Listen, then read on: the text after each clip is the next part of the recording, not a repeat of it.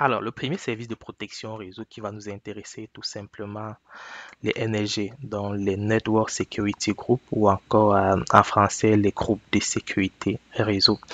Alors ici, il s'agit d'un service qu'on va pouvoir associer à notre sous-réseau ou à une interface réseau. Ce service-là va tout simplement permettre de déterminer des règles ou bien de définir des règles de protection réseau. Ces règles-là vont limiter le trafic.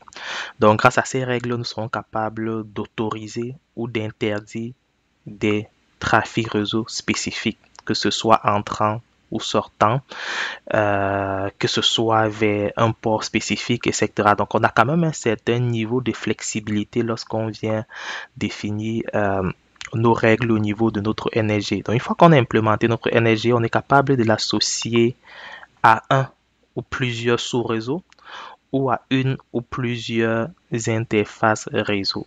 OK? Et ces règles-là peuvent s'appliquer à la fois au trafic entrant ou au trafic sortant. Donc, on aura des règles spécifiques pour le trafic entrant et des règles spécifiques pour le trafic sortant.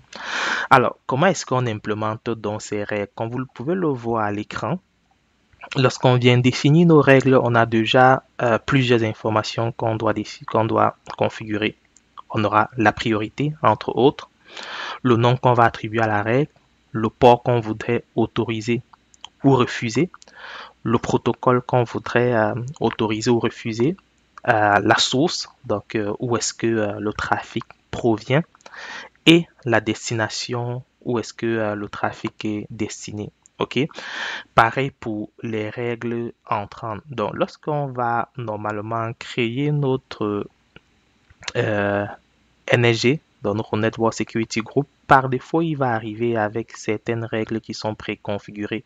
Donc, je crois que par défaut, on a trois règles de trafic entrant et trois règles de trafic sortant qui sont configurées. Une règle entrante qui va tout refuser, une règle sortante qui va également tout refuser. OK? Avec le niveau de priorité la plus basse.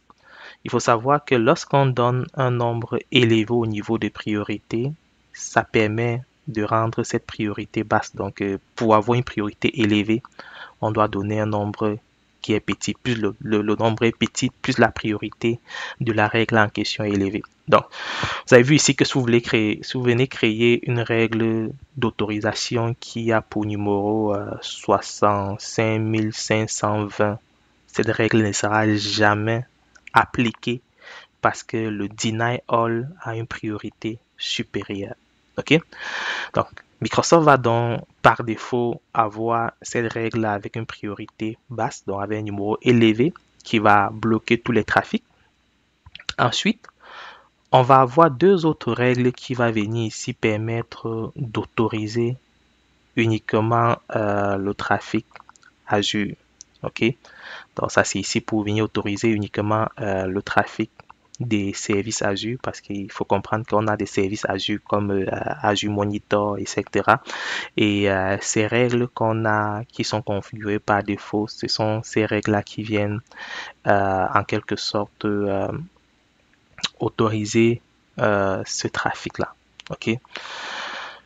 Alors, comment est-ce qu'on va donc déterminer nos règles d'énergie? Il faut déjà savoir que on est capable d'attribuer les règles d'énergie au niveau du sous-réseau et au niveau de notre interface réseau. OK? Par exemple, interface réseau d'une machine virtuelle. Alors, lorsqu'on va recevoir le trafic, qu'est-ce qui va se passer? C'est d'abord la règle au niveau du NSG, au niveau de notre sous-réseau qui va être appliquée. Ensuite, la règle au niveau de l'interface réseau va être appliquée. Alors, si je veux autoriser du trafic, il faudrait que j'autorise aux deux niveaux. Il faudrait que j'autorise à la fois au niveau de mon sous-réseau et ensuite j'ai autorisé au niveau de mon interface réseau.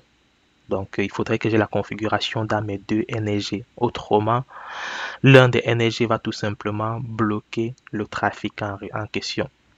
Alors, lorsqu'on crée nos règles de NSG, on a des informations qu'on va configurer et parmi ces informations les plus importantes, d'abord, je vais commencer par la priorité. Donc la priorité ici, c'est ça qui va permettre de définir à quel moment la règle doit s'appliquer dans la liste des règles que nous avons. Plus on va donner un numéro qui est petit, plus la règle en question sera prioritaire. Et lorsque la règle en question est appliquée, toute autre règle qui vient après, même si cette règle-là vient restreindre le trafic, elle va être tout simplement ignorée. OK? Et si on a attribué une règle avec un niveau, avec une priorité, avec un nombre qui est petit, qui refuse par exemple le trafic, toute règle qui vient après avec un nombre qui est élevé et qui autorise le trafic ne sera pas tout simplement appliquée. Elle va être tout simplement ignorée. Ensuite, lorsqu'on fait la configuration, on doit choisir le service. Donc, on peut personnaliser. On peut avoir un ENI, comme on peut décider que ça doit être du HTTPS, donc du flux HTTPS, du SSH, du RDP, du DNS, du POP3, etc. Puis, on a notre destination. C'est quoi la destination de ce trafic réseau? Quelle est la destination qu'on veut autoriser ou bloquer? Ici, ça peut être une adresse IP, ça peut être un réseau virtuel, ça peut être un groupe de sécurité d'application.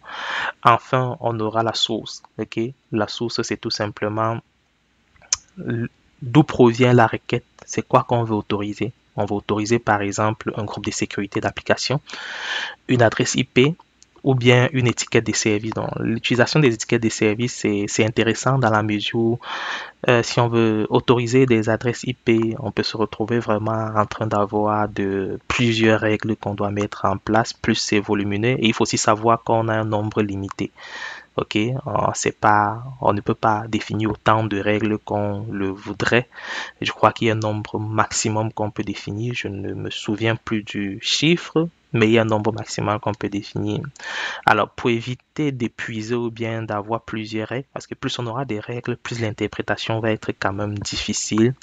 On peut également utiliser des étiquettes de service. Donc, les étiquettes de service vont permettre d'autoriser ou de refuser le trafic en fonction de certaines étiquettes. Alors, c'est tout pour ce que je voulais vous présenter en ce qui concerne les règles de les NSG, donc les Network Security Group. Merci.